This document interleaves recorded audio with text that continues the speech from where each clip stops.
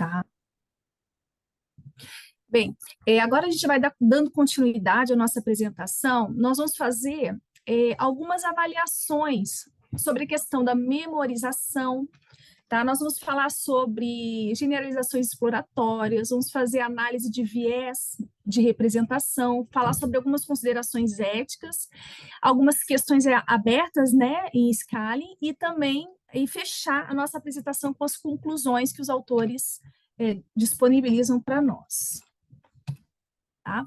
Bem, primeiro, a questão de análise de memorização, né, do modelo. Isso é uma questão importante, porque assim, redes neurais são capazes de memorizar, né, dados de treinamento, é o que a gente chama de overfit. Só que isso acontece, em geral, né, quando o modelo faz muitas passagens em um pequeno conjunto de treinamento, que não é o caso do Palm. Porém, né, o Palm ele é treinado em uma única passagem, mas num corpus de 780 bilhões de tokens, né? Porém, por isso, possui capacidade extremamente grande de memorização, tá certo? Bem, qual que foi a metodologia utilizada para essa avaliação? Primeiro foi selecionada aleatoriamente sem sequência de tokens os exemplos de treinamento, tá? O modelo foi induzido com os primeiros 50 tokens do intervalo, tá? Foi rodada a decodificação gulosa, né? E medida a frequência com que o modelo produziu uma sequência de 50 tokens que corresponde exatamente ao exemplo de treinamento. Aí foi realizada a apuração da taxa de correspondência nas três escalas do modelo, que é 8 bilhões, 62 bilhões e 540 bilhões. Aí aparece, né, a avaliação da memorização. Nesse A, né, nessa primeira figura, a gente pode perceber que as proporções de exemplo de treinamento né, nós estamos verificando aí os 3 pontinhos, cada um desses pontinhos é 8 bilhões, o segundo pontinho é 62 bilhões e o terceiro corresponde à escala de 540 bilhões. Tá? Os dados de validação, que são esses redout aqui, data, são da mesma distribuição, né, do treinamento, mas não foram vistos exatamente no treinamento, tá? Então, você pode perceber que acontece uma memorização muito menor nos dados de validação. Tá? O B aparece um gráfico log-log da taxa de memorização, com base no número de vezes que o exemplo foi visto no treinamento. Né? E o terceiro e o último é proporção de exemplos memorizados dividido por corpos. E a gente pode observar aqui que o corpus de código ele tem uma memorização muito maior, também tem um pouco aqui, né, em news, só que a memorização é muito maior na questão de código. Por quê? Porque código existe muita repetição, né, de métodos, de subprogramas. Então, por isso, acontece essa maior memorização. Então, quais foram as conclusões? Tá? Primeiro que os modelos maiores sempre têm uma taxa de memorização mais alta do que os menores, e isso só foi confirmado, porque já era observado em pesquisas anteriores. Além disso, a taxa de memorização dos dados de treinamento tá, é significativamente maior do que a dos taxas de validação, né, dos dados de validação, o que indica que o modelo realmente memoriza, né, alguma parte dos dados. E a chance de um exemplo ser memorizado, ele é muito forte, está muito fortemente relacionada a quantas vezes ele está dentro da base de treinamento. Se for uma única amostra, vai ser memorizado com muito menor chance, ou nem vai ser memorizado. Então, foi descoberto que a maioria das instâncias de memorização era de texto formulado, ou seja, fórmulas, pedaços, partes de códigos, tá? Que provavelmente não causariam grandes preocupações, tá? E também foi verificada a memorização de histórias, artigos, né, de notícias e de fatos. Então, quais as considerações? Poderia ser utilizada, né? É uma técnica computacionalmente eficiente, mas ele tem um alto custo de memória, para auxiliar na prevenção da memorização, chamada de Bloom Filter, né? Poderia ser usado um Bloom Filter sobre os dados de treinamento, tá? O que essa abordagem faria? Ela removeria o conteúdo exatamente memorizado, mas não o conteúdo aproximadamente memorizado.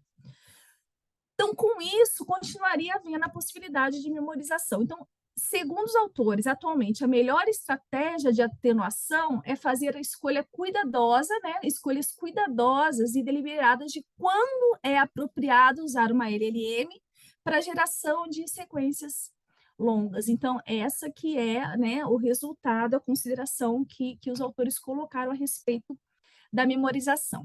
Agora, a questão de contaminação, né? A avaliação da contaminação do banco de dados. O que significa a contaminação? Se refere à relação de sobreposição entre os dados de treinamento e os dados de avaliação. Então, o que acontece? Qual que é a abordagem padrão utilizada nesses casos? Tá? Procura-se sobreposições N-grama de alta ordem, que são sequências contíguas de N elementos, como palavras ou caracteres em textos. Mas o que acontece? Segundo os autores, eles não consideram essa abordagem muito interessante para avaliar contaminação dos datasets. Então, eles utilizaram a seguinte abordagem, né? Eles calcularam estatística para as 29 principais tarefas, em processamento de linguagem natural em inglês. Isso é importante, né, dizer que toda essa questão de contaminação foi feito em inglês, e foram examinadas manualmente um grande número de exemplos de cada uma, né, dessas tarefas, para determinar quais tinham uma alta proporção de exemplos contaminados, né? Isso foi feito com conhecimento de como cada um desses conjuntos de dados foi construído originalmente. Então, dessas 29 bases, eles dividiram em 4 categorias, né? Contaminação por atacado, que é o conjunto de dados, onde uma parte significativa do conjunto de dados já está na web aberta. Então, eles consideraram esse conjunto como contaminado. Também os benchmarks construídos a partir da web, tá? Conjuntos de dados onde perguntas, mas as respostas foram extraídas automaticamente da web aberta. Muitos exemplos de avaliação provavelmente estão nos dados de treinamento. Então, eles são considerados também bases contaminados, tá? Dados contaminados. Agora, os de contexto na web, ou seja, aqueles conjuntos de dados de resposta à pergunta, onde o contexto vem da web, mas não as perguntas, não foi considerado contaminado, nem os databases sem sobreposição significativa. Também eles não foram considerados contaminados. Aí, qual que foi a avaliação, né? Então, nos pares, tem esses pares de línguas, de linguagens, né? E o que é o BLEU? Reparem aqui que está usando o BLEU. O BLEU é uma métrica de avaliação que ela é utilizada no campo, né, de processamento de linguagem natural para medir a qualidade de traduções automáticas dos textos. Então, aqui a gente fez, né, no Palm de 8 bilhões, zero shot, zero shot, Palm 62, todos zero shot, né? Então, a gente usou aqui o conjunto total, ok? Considerando a contaminação, e o conjunto limpo. Vocês podem perceber que a diferença ela é muito pequena quando foi feita a avaliação no conjunto total e no conjunto limpo, tá? Então, com isso, o que aconteceu, né? Quais foram as conclusões? Que a conclusão final é que a contaminação de dados não causou uma alteração significativa nos resultados relatados, tá? Então, olha só, 10 dos 29 conjuntos de dados se encaixavam nas duas primeiras categorias, né? E tinham apenas uma parte dos exemplos contaminados. Eles tinham exemplos contaminados, mas eram parte. Retirando os dados de contaminação, o resultado da avaliação ficou muito parecido, né? Como nós podemos observar. Então, isso a gente pode... eles concluíram que a contaminação dos dados não causou uma alteração significativa nos resultados relatados, tá? Agora, uma outra questão extremamente diferenciada nesse trabalho, que os autores destacam bastante, é essa questão, né, até o próprio o Anthony já mencionou, do que a gente chama dos prompts baseados em cadeia de pensamentos, que é chain of thoughts. Então, o que acontece? O objetivo, né, dessa seção no artigo é demonstrar que o uso desses prompts, eles melhoram a precisão da geração de explicações detalhadas numa tarefa de raciocínio, tá? E esses exemplos, eles exigem uma combinação complexa de encadeamento de inferências lógicas, conhecimento de mundo. Então, assim, é uma tarefa considerada bem complexa. Também a questão de trocadilhos, né? Que tem a ver com a compreensão da linguagem lexicográfica. Então, qual que é a finalidade dessa funcionalidade de desenvolver, né, a exploração dessas explanações? Primeiro, melhorar a precisão das próprias previsões, certo? Depois, existe um interesse científico de verificar se o modelo produz respostas corretas, de acordo com, né, o entendimento profundo. Será que, de fato, o raciocínio para a resposta daquela questão ela foi feita de maneira correta? Então, ele responde a essas indagações. E aumentar, né, o que ajuda a aumentar ou diminuir a confiança do usuário em uma determinada previsão. Tá? E, às vezes, o que se quer é a própria explicação do resultado. Então, essas explanações, esses prompts baseados em cadeias de pensamento, eles são extremamente interessantes. Tá? Então, agora ele dá um exemplo, né? Por exemplo, a gente tem... Primeiro, ele faz um modelo explicando uma piada. Como é que ele faz? Ele coloca lá apenas duas explicações. Ele fala, primeiro, olha só, o problema dos cleptomaníacos é que eles sempre levam as coisas ao pé da letra. Né? Qual que é a explicação disso? Uma piada é um jogo de palavras. Alguém que leva as coisas ao pé da letra, então isso que eu estou ensinando, né, ao meu algoritmo, é alguém que não entende completamente os sinais e o contexto social. O que é uma característica negativa, mas a definição de cleptomania é alguém que literalmente pega coisas. Aí ele deu uma segunda, treinou de novo, um segundo shot. Sempre peça dinheiro emprestado a um pessimista. Ele nunca o esperará de volta. Qual que é a explicação? A maioria das pessoas espera que você pague o empréstimo, mas um pessimista é alguém que sempre supõe o pior, portanto, se você pedir emprestado a ele, ele esperará que você não o pague de qualquer forma. Então, esse foi treinado. A gente deu essas entradas para ser treinado.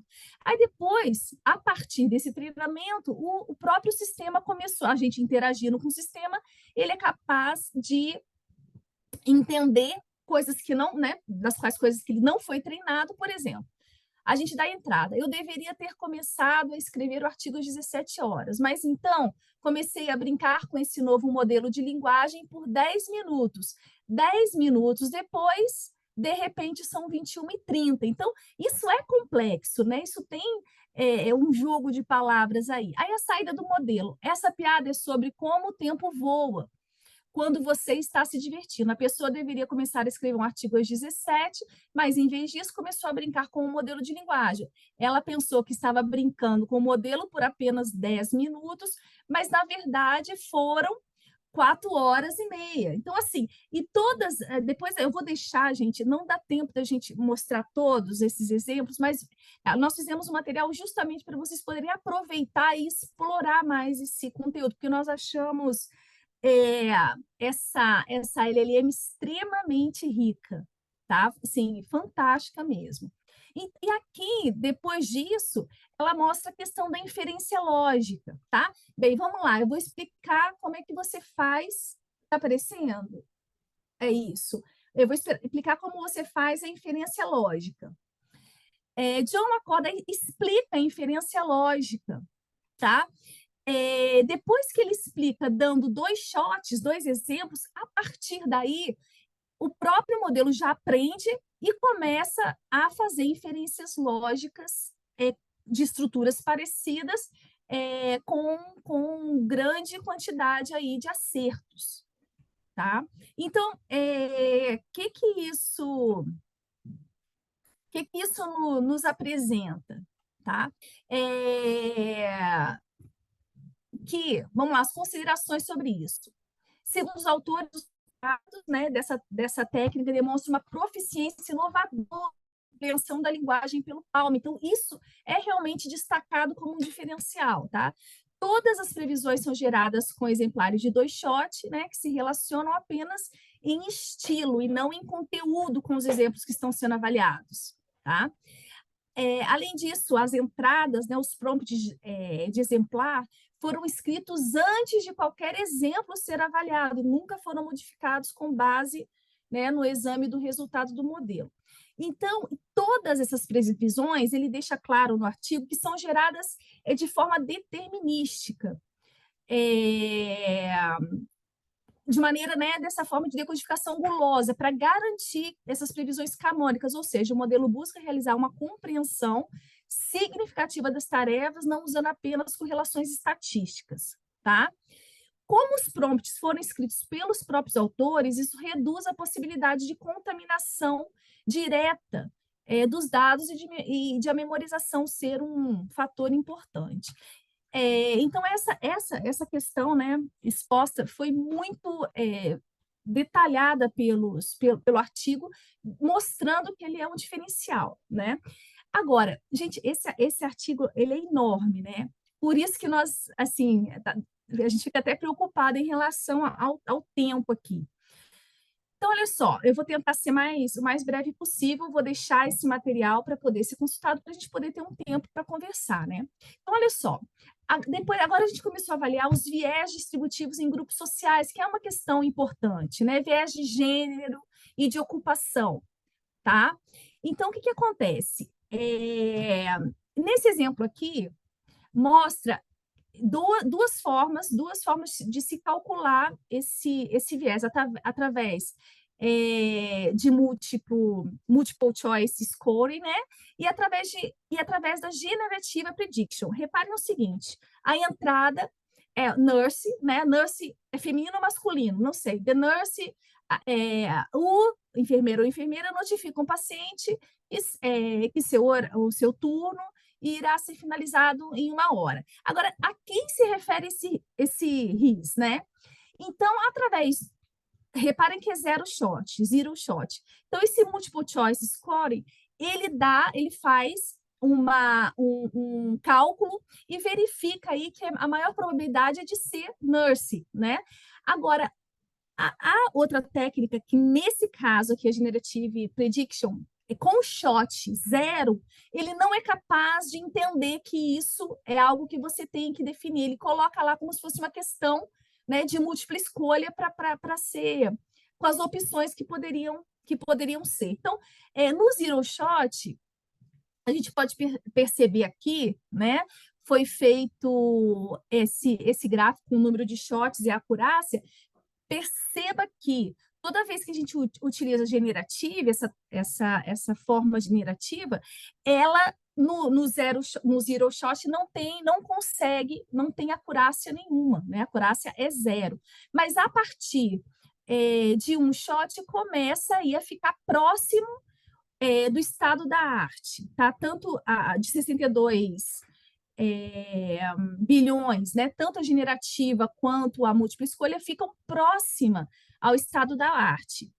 Tá? Agora, a de 540 bilhões, gente, ele fica muito próximo da baseline de múltiplo choice humano. Então, você pode... E também fica acima, ele conseguiu ficar acima do estado da arte. Tá?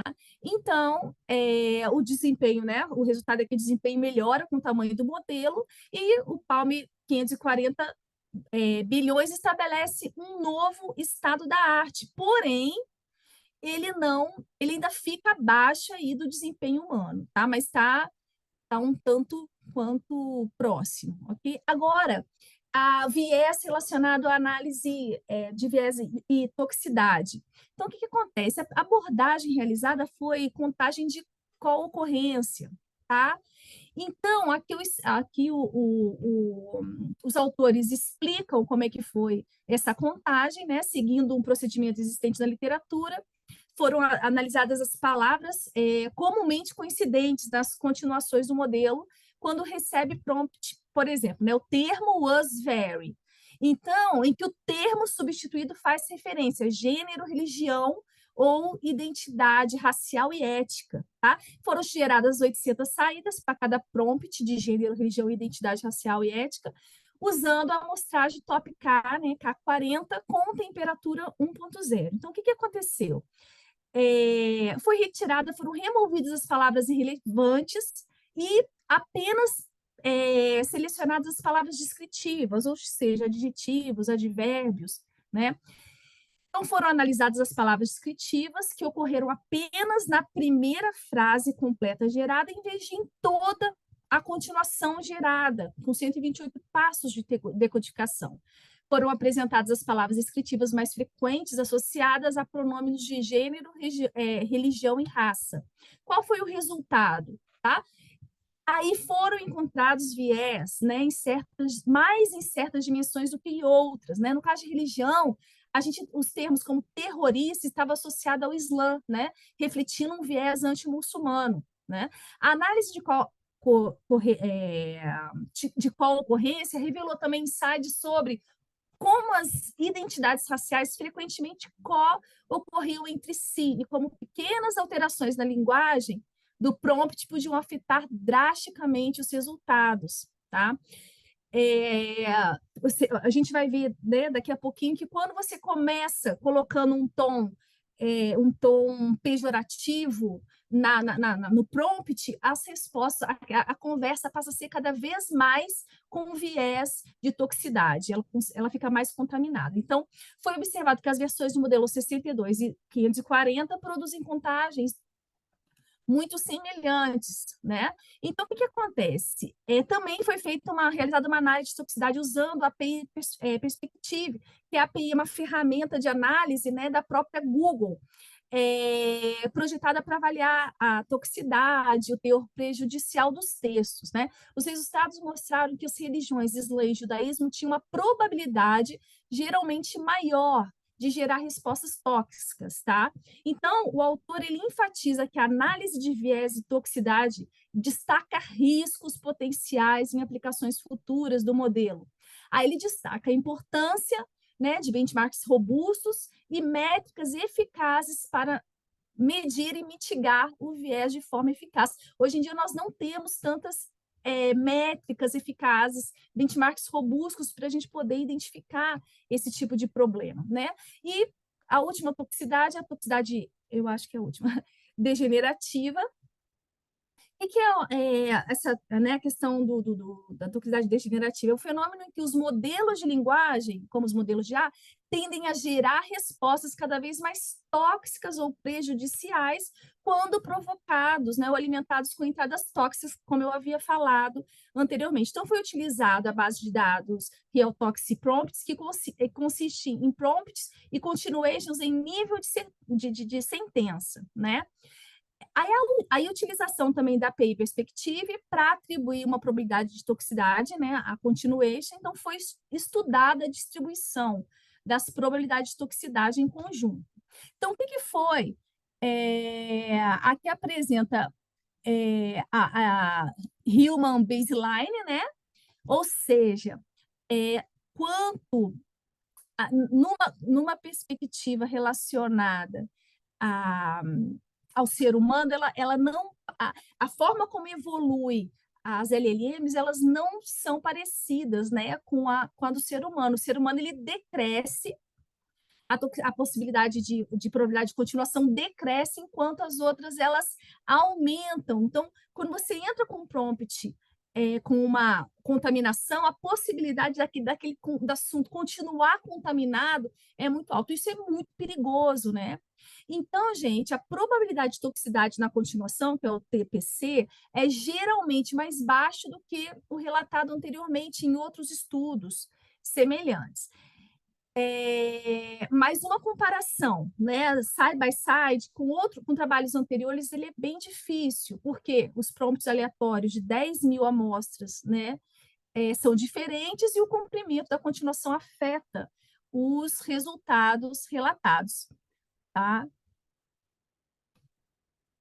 E também aqui apresenta, a gente, por exemplo, uma base tóxico, o início tóxico com não tóxico. A probabilidade de gerar um comentário que possa ser percebido como tóxico, pelo menos uma vez em 25 continuações para diferentes tamanhos, né? Então, aqui a gente está colocando, ó, Palm, todas as versões aqui do Palm. Quando um conteúdo na primeira sentença, é não tóxico, a probabilidade é 0,44, sendo que quando é tóxico, a probabilidade é bem maior. Então, sempre quando o conteúdo é tóxico, a probabilidade é bem maior, tá? Você pode observar que a pontuação de toxicidade atribuída, né, pela API Perspective tende a aumentar com o número de tokens gerados, tá? Uma vez que os resultados não são, né, normalizados para o cumprimento aí do texto, tá? Então, esses viés que nós trabalhamos, que nós expomos aqui, que os autores colocaram no texto, ele tem limitações, né? Primeiro, a maior limitação na análise desses viés se dá pelo fato de que é realizada apenas com dados em inglês, né? Existe a necessidade de benchmarks de viés em outras línguas e contexto, tá? Existem também desafios na medição de viés em PNL. É importante avaliar o impacto do viés nas aplicações específicas e tomar medidas apropriadas antes da implantação, tá? Então, essa interferência aí, ela é importante, ok? Agora a gente entra na questão das considerações éticas, que a capacidade das LLMs e qualidade, ela, claro, ela oferece um potencial enorme para várias aplicações, como saúde e educação, como nós temos visto, né? Só que pesquisas recentes apresentam riscos associados a essas LLMs em relação a questões éticas, por exemplo, com perpetuação de estereótipos sociais, de desigualdades refletidos nos dados de treinamento, tá? Além de preocupação com privacidade e os impactos negativos. Então, é importante analisar e documentar essas possíveis associações indesejadas e riscos por meio de artefatos de transparência, como cartões de modelo, fichas técnicas, etc. Tá? Também a questão que a análise revela que os dados de treinamento e o próprio modelo refletem estereótipos sociais e associação de toxicidade em torno de quê? De identidade, mas remover isso é complexo e também pode excluir conteúdo relevante. Então, análise de fairness, né, que é a equidade e justiça, ela é limitada pela falta de padrões, compreensão dos danos e cobertura. Então, isso precisa ser, é um campo importante de ser trabalhado. Os possíveis danos subsequentes dependem de como o modelo é usado na prática. Além disso, o modelo pode ser limitado pelas características da linguagem presente nos dados de treinamento e avaliação. Então, existe muitos problemas ainda relacionados a essas questões éticas. Então, são várias coisas, mas o mais importante é que são necessários esforços contínuos para a gente fornecer soluções escaláveis que evitem o mau uso malicioso desses modelos, como, por exemplo, gente, o que a gente viu nas últimas campanhas, né? Que foi a questão de utilização de tecnologia, principalmente de inteligência artificial, para quê? Para desinformação. Então, isso é um perigo, a gente precisa, né? Nós que somos da área, a gente precisa trabalhar nessas questões, tá? Agora, um ponto importante que eu quero fechar aqui, assim, fechar não, a gente nunca fecha, mas conversar é a respeito de algumas questões em aberto, né, em Scala. É importante a gente definir o seguinte: existem 4 fatores que levam a melhorias significativas na qualidade de modelos de linguagem. Então, isso é uma questão que eu quero pontuar, porque eu acho que é uma das questões que nós temos de pesquisa nessa disciplina, tá? Quais são as questões que influenciam na melhoria da qualidade dos modelos, apesar de prompts tão simples, e nós recebemos, né, nós temos uns modelos tão robustos. Primeiro, os autores colocam que a profundidade e a largura do modelo, né?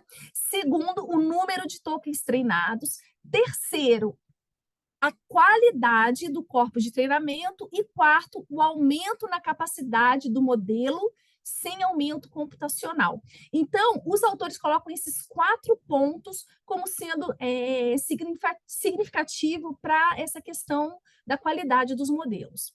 Bem, esse estudo, ele se concentra mais no primeiro fator, que é a profundidade e a largura, né, do modelo, mas reconhece que os outros fatores também são importantes, tá? Por exemplo, o Palm 62 bilhões supera o GPT-3 e outros grandes LMMs em um número significativo de tarefa, apesar de ter uma contagem total de flop de treinamento muito menor. Então, ou seja, não é só profundidade e largura, a gente precisa de entender as outras questões, tá? Então, a questão crítica de escalonamento aberto, colocado pelos autores, é essa aqui, ó. Como um modelo de 62 bilhões de parâmetros treinado para 7 trilhões de tokens se compara ao nosso modelo de 540 bilhões de parâmetros treinado para 780 bilhões de tokens. Então, é muito difícil a gente fazer essas medidas, né? E quanto a um modelo de 128 bilhões para 3 mil teras e 600 tokens, e 640 bilhões para 1,8 teras de tokens. Então, assim, essa questão é uma questão em aberto, tá?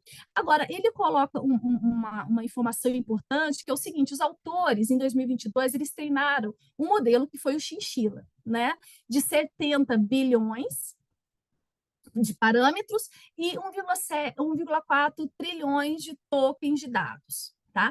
Esse modelo é comparado ao Gopher, um modelo de 280, olha só, muito mais parâmetros treinado em um conjunto pequeno de tokens de dados, usando o mesmo, isso é importante, aí dá para a gente comparar melhor, usando o mesmo corpus de treinamento e a mesma configuração geral de treinamento. Ambos os modelos têm um custo de treinamento semelhante, mas o Chinchilla supera o Gopher por uma grande margem, uma ampla gama de tarefas linguísticas, né? Então, um estudo recente comparou modelos treinados com tamanhos e quantidade de tokens semelhante e mostrou que o desempenho pode variar significativamente entre eles, tá?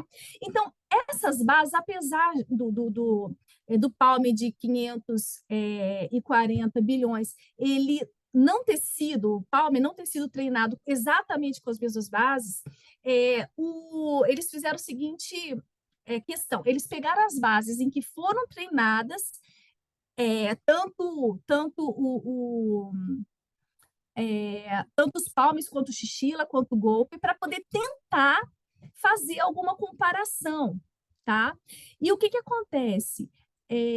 Aqui vocês podem perceber, né? Nesse primeiro gráfico que a gente está usando as Big Bench, que o Chinchilla, ele tem aqui, olha só,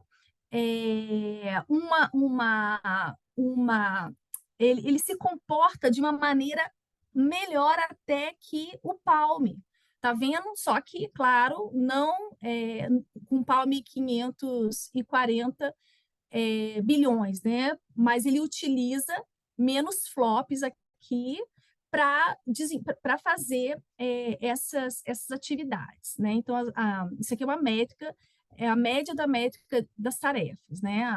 A média das métricas das tarefas. E o segundo gráfico mostra que só na linguagem NPL, na linguagem NPL, né? A gente não tem como comparar, porque o Palm ele é melhor em tudo. Porém, é interessante a gente comparar como que os dois, o chinchila e o gopher, eles são parecidos, né? E eles têm desempenhos tão diferentes. O chinchila ele desempenha melhor, tanto na Big Bait quanto no English NPL, que o gopher, apesar de ser parecido. Então, quando a gente compara, né, esses dados indicam que o tamanho do modelo e a quantidade de tokens não são os únicos determinantes do desempenho, certo? É importante, mas não são os únicos determinantes. Ainda é difícil extrapolar conclusões sobre a questão do tamanho do modelo e da quantidade de tokens ideais, né, devido a várias considerações práticas. Mas a quantidade de tokens do Palm, por que ele foi 780 milhões, né? Por quê?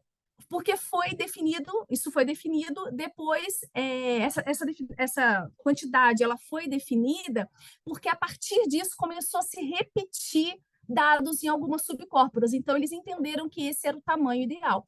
Então, por isso que foi treinado com 780 milhões, tá? De parâmetros. E em trabalhos futuros, os autores disseram que planejam investigar mais a fundo os fatores que afetam o desempenho do modelo. E as conclusões, para finalizar, é o seguinte: o paper descreveu o treinamento, né, do modelo da linguagem Palm com 540 bilhões de parâmetros, 780 bilhões de tokens de texto, diversos e de alta qualidade, 780 bilhões de tokens, né? E o Palm demonstra excelente desempenho em tarefas de entendimento e geração de linguagem com poucas amostras, superando o estado da arte em 28 de 29 tarefas, e que o modelo também supera o desempenho médio humano em tarefas desafiadoras, né, do benchmark e Big Tech. Além disso, o Palm mostra resultados de ponta em compreensão e geração de código-fonte, processamento de linguagem natural, multilingüe, tradução automática, e o destaque importante é o desempenho em tarefas de raciocínio, né, que existe inferência lógica multietapas. Então, essa é uma questão importante. Também o resultado, o que ele sugere? Ele sugere que o aumento de escala para o entendimento da linguagem com poucas amostras ainda não atingiu o seu limite, e que certas capacidades dos modelos só surgem em escalas suficientemente grandes, então ainda não acabou, né? O artigo enfatiza que, embora o Palm seja um marco no aumento de escala, ainda existem muitas questões abertas sobre a arquitetura ideal de rede e esquema de treinamento para futuras gerações de modelos. O objetivo final é desenvolver um sistema modularizado em grandes escalas, com amplas capacidades de generalização em várias modalidades. E aqui ficam as nossas referências, já com um link de acesso aos nossos artigos, e é isso o que nós